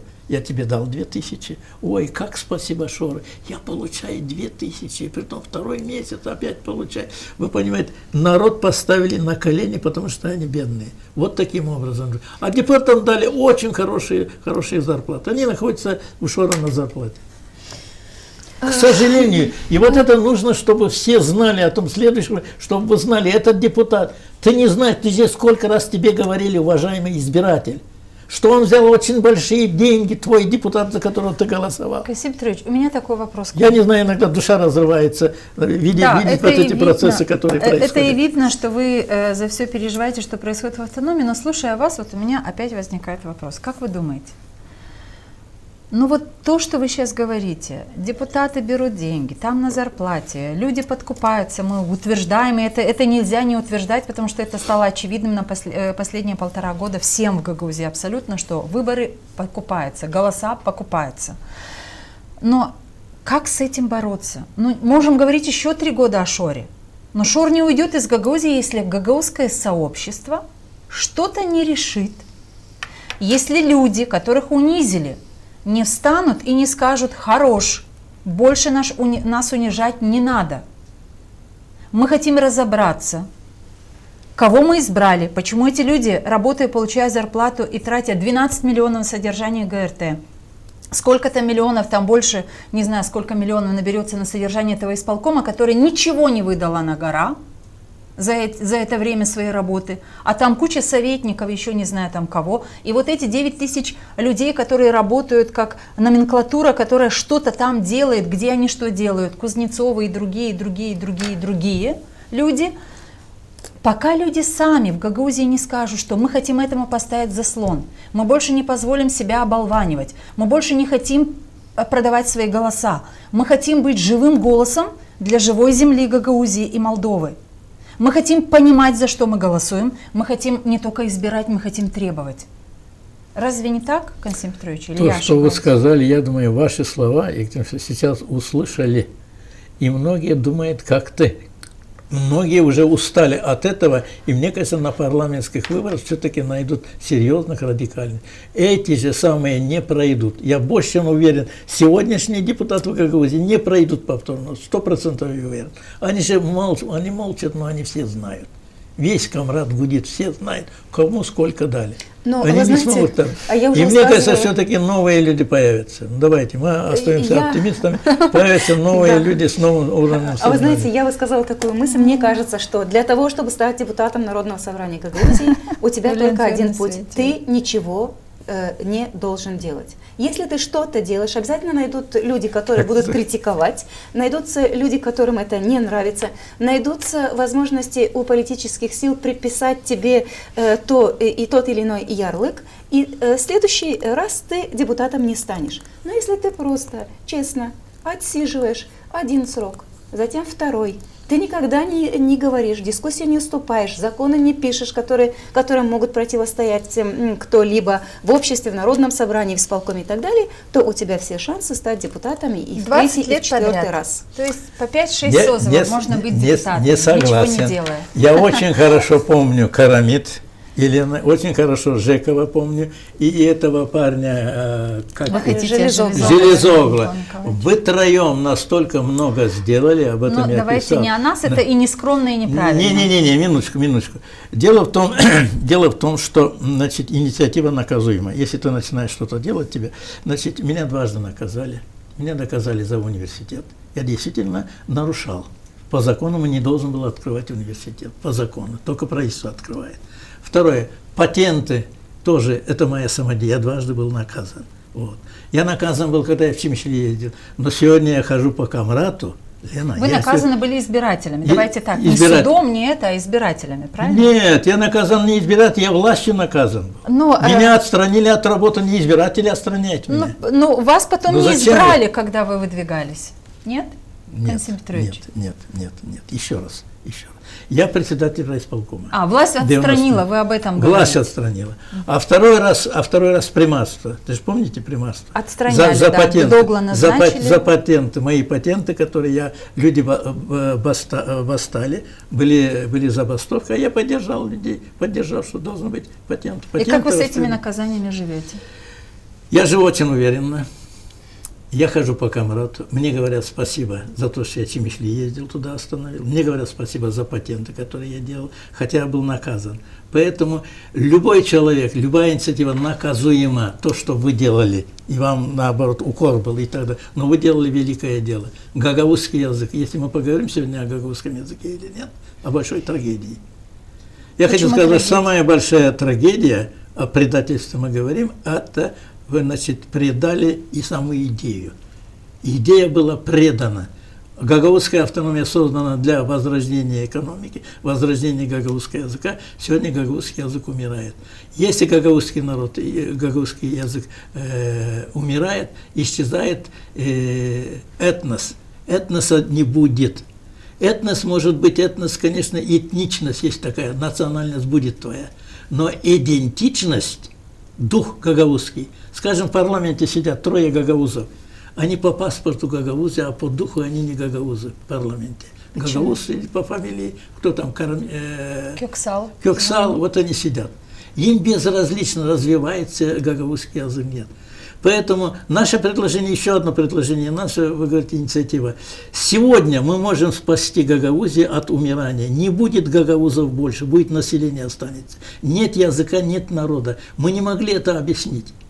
И единственное, есть одно предложение, я боюсь, что это предложение не пройдет. Следующего года вы педагоги, вы многое сделали.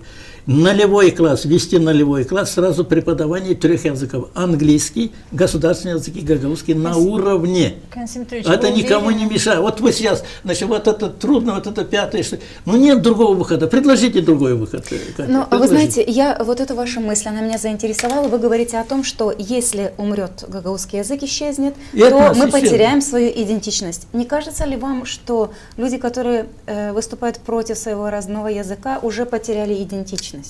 Да, они потеряли, давно потеряли. Они уже никакие, они не гагаузы. А что, вы намерены заставлять говорить на гагаузском? Если министерство, есть министр, я недавно беседовал с нашим новым министром, он тоже, почему нет, они даже не могут свой язык развивать в Гагаузии, нет государственного языка, дети не знают государственного языка, они как иностранный язык преподается в Гагаузии. Поэтому если мы начнем, дай бог все остальное, много не надо, министр, президент и Гагаузии. Чтобы начать заводить школы на гагаузском языке, это мое мнение, надо, чтобы это поддержали родители, дети. Сегодня, Лена Федоровна, мы очень часто с ней об этом говорим, сегодня я далека от мысли, что идея создания гагаузских школ получит поддержку гагаузского общества. Но я очень хочу ошибаться. К сожалению, 30 лет спустя вот такая данность, и мы с этим сталкивались, с этими мнениями, когда мы писали закон о расширении сферы применения гагаузского языка. Кстати, когда писался этот закон, выступающих против этого закона вы помните. Но я сейчас говорю, может быть, и для зрителей, которые смотрят этот, я не о нас, я о том, что кто был против. Против были как раз члены исполнительного комитета.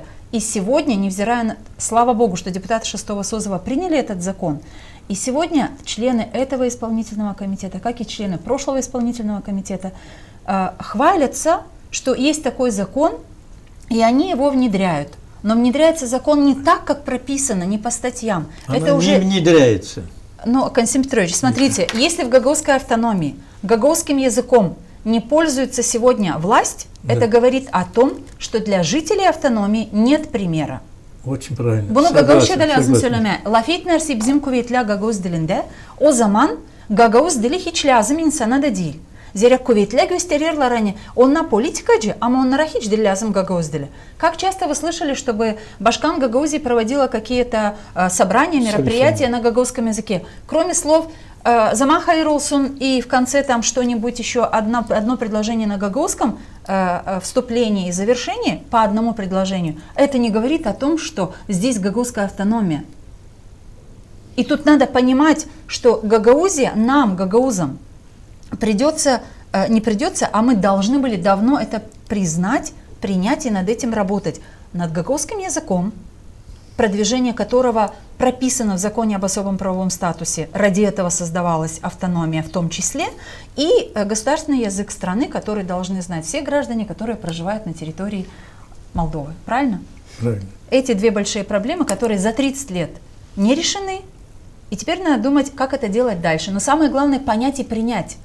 И вот это, наверное, самая большая проблема, на мой взгляд, что важно понять и принять, что такая задача должна перед нами стоять. Катя, я знаю твою преданность, твой патриотизм, я помню. Разве мы думали когда-нибудь, что мы получим автономию, и на наших глазах, вот на наших глазах умирает целый народ? На наших глазах. Думали? Я даже не думал, я думал, значит, в советское время, вот, и когда мы будем автономией, у нас будет развиваться, значит, и так далее, гагаузский язык. Но почему же и так получилось? И вдруг решили нашими руками. Сколько было бы возни сейчас, если бы у нас не было бы автономии? Вот этот Кишинев такой, сякой. А сейчас не заканчиваются разговоры, что Кишинев нам не дает развиваться? Разве они закончились, эти разговоры? Да, они приобрели еще и силу, потому что ущемляют наши полномочия. А вы знаете, как зарубежный думает о нас? Вы знаете, специалист скажет, как гагаузы, как у вас нет своего языка? Нет своего языка, не преподаю. Вы знаете, трагедия на наших глазах, поэтому я не знаю, сколько нужно таких передач вести, и что нужно делать. Достаточно вспомнить, я не знаю, каких зарубежных вы говорите, достаточно вспомнить, на мой взгляд, выступление Эрдогана в Камрате. Да. Помните? Да, Лена это Федоровна? как раз Когда очень показательно. Очень показательное, очень яркое выступление, в котором он призвал и посоветовал гагаузам помнить о том, что главное, что вас делает гагаузами, это язык. На площади, на которой собрались тысячи жителей автономии. Не потому, что это Эрдогана надо было услышать, а потому что гагаузы сами должны были понять, и это, кстати, вы говорите, вы в 91 году, слава богу, что в 94-м потом был принят закон об особом правовом статусе Гагаузии. Автономия получила законные основания для своей жизни и развития. Но как-то язык остался в каком-то там последнем вагоне этого тяжело идущего поезда. В последнем вагончике. И это все 30 лет он там самая стоит. страшная трагедия — потеря нашей этники. Вот это не понимает. А зачем?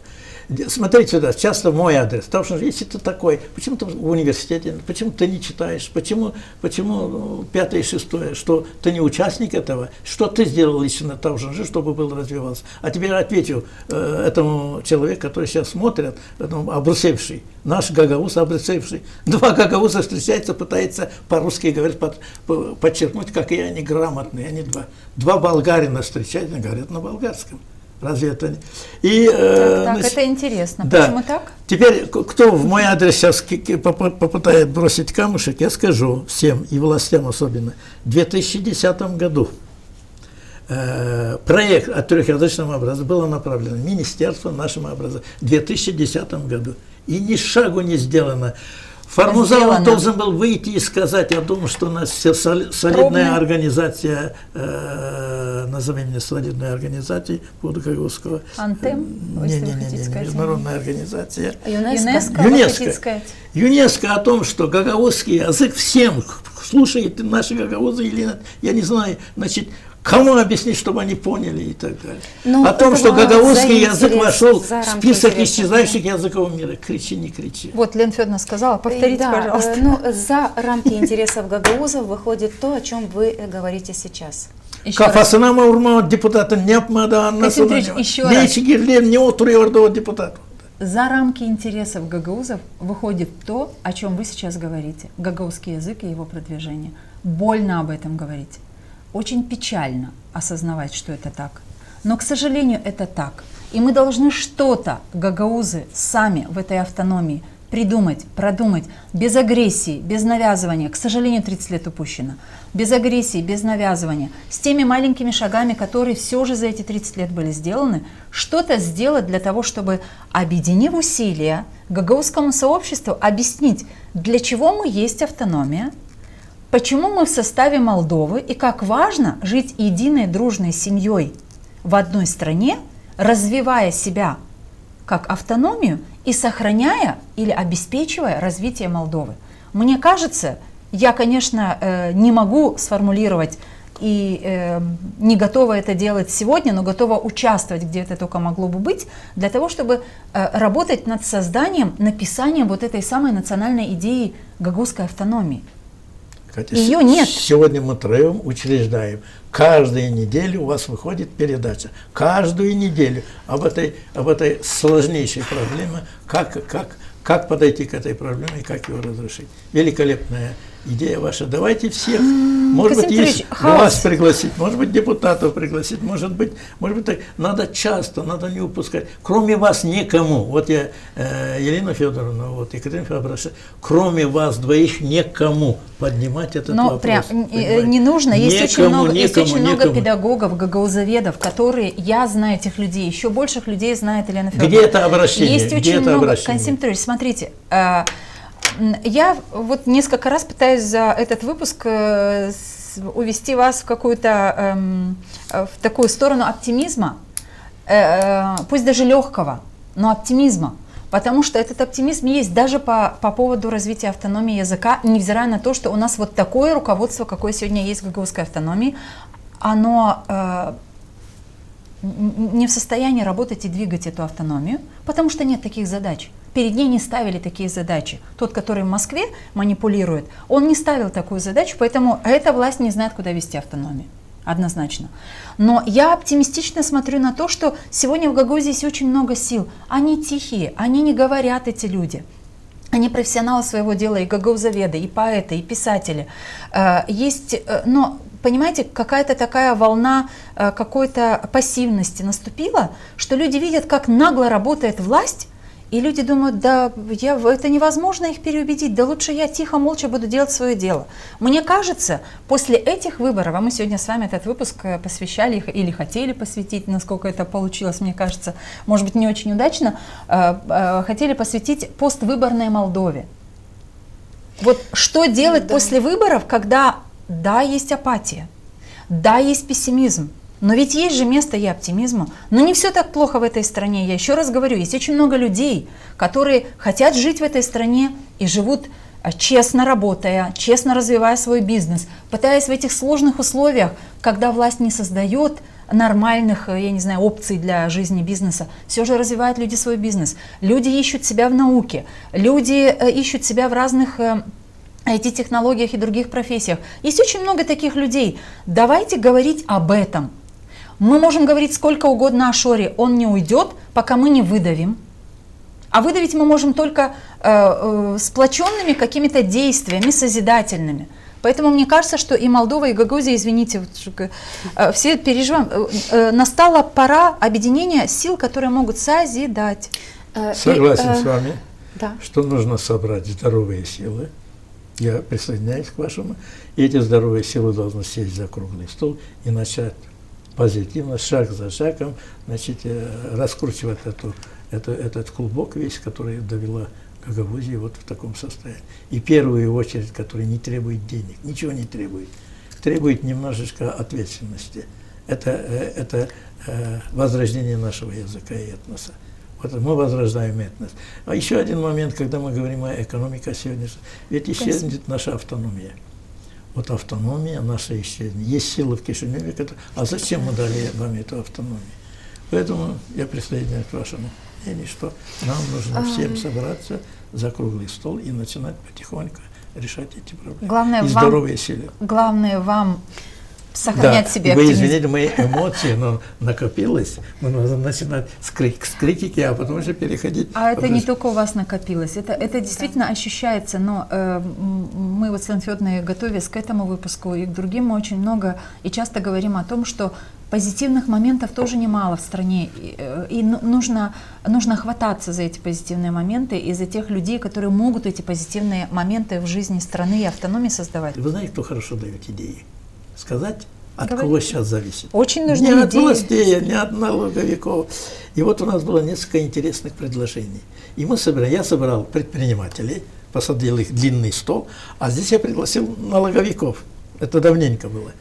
И давайте предложение. Налоговики, наши функционеры, ничего, пустые тетради пришли, ничего у них не написано.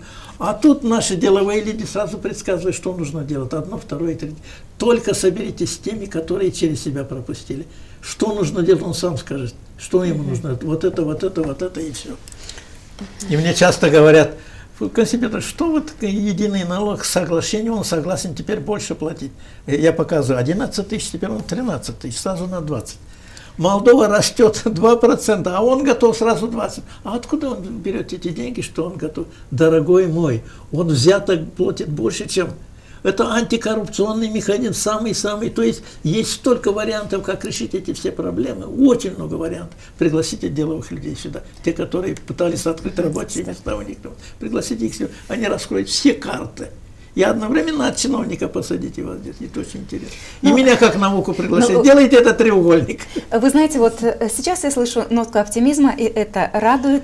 Нет решаемых вопросов, любой вопрос. Нерешаемых вопросов нет, хотите сказать вы.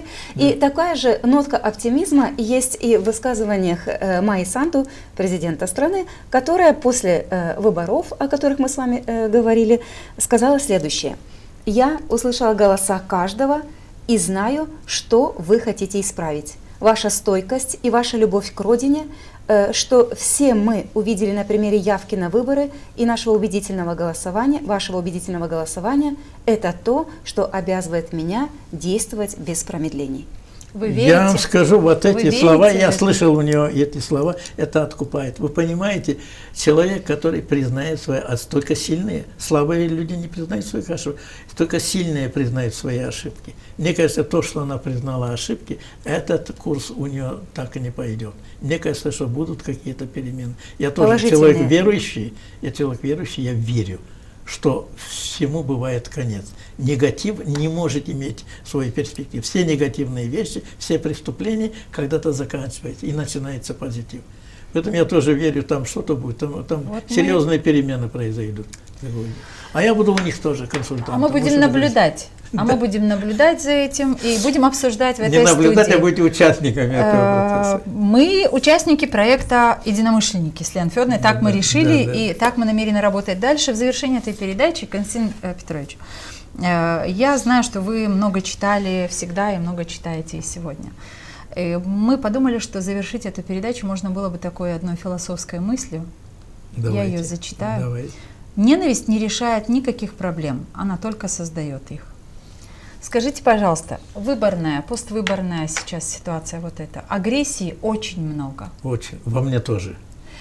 Я тоже не избавился. Но мы не о вашей агрессии, но вот что делать, чтобы этой агрессии было меньше, а потом вовсе от нее избавилась бы Молдова и просто в конструктивных диалогах, политических, в разных дискурсах выясняла бы важные вопросы и определяла бы нужных лидеров для развития Молдовы. Как устроить жизнь без агрессии? Если во мне есть негатив, есть у меня в агрессии, я не могу избавиться никаким образом, я должен как-то поставить, какая-то практика у меня должна быть. Я должен вспомнить, подожди, если я выкину эту агрессию, мне станет лучше. Легче. Я курящим говорю, если ты не начнешь курить, бросишь, тебе станет. Этой мысли должно быть. Поэтому в данном случае мы сейчас с студентами читаем другой новый курс. Ментальность, законы менталитета. Есть ментальные законы, есть экономические законы, есть законы физики. Мы даем им ментальные законы. Есть закон веры. Что говорят ментальные законы об агрессии?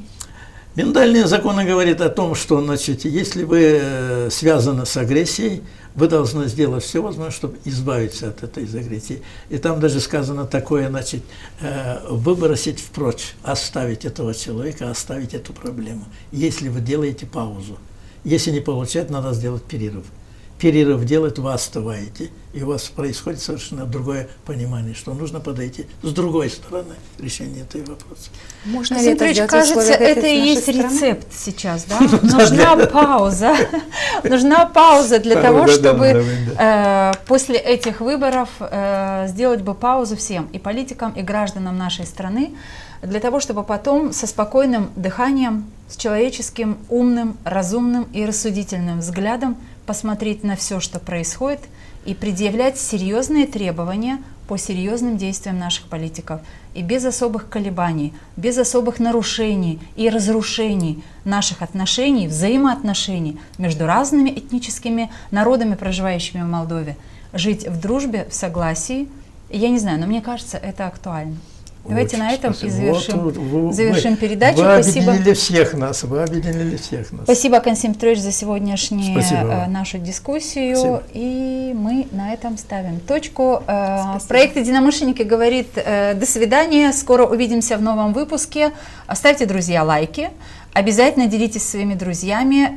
Мы на самом деле хотели бы, чтобы нас поддержали вы своими лайками, ведь это даст возможность привлечь еще больше и больше внимания к нашему проекту. А значит, в наших дискуссиях могут участвовать еще больше людей. Участвовать как? Пишите свои комментарии, пишите в комментариях ваше мнение относительно тех тем, которые мы тут обсуждаем. Рекомендуйте свои темы, мы обязательно ими воспользуемся. Но еще, конечно же, присылайте свои предложения по поводу того, с кем вы хотели бы, чтобы мы в этой студии побеседовали. Мы будем очень внимательно следить за вашими комментариями. Нас будет больше, мы в это верим, потому что людей, которые оптимистически настроены, все-таки даже после таких выборов, очень много в этой стране. Мы объединимся обязательно и поддержим Молдову, чтобы двигать ее вперед. Мы все хотим достойных условий жизни. Мы все хотим качественной медицины. Мы все хотим хорошие дороги и коммуникации. Мы все хотим высокие зарплаты и пенсии. Мы все хотим, чтобы работали законы. Мы все хотим лучшего для Молдовы, и это нас объединяет. Значит, мы единомышленники.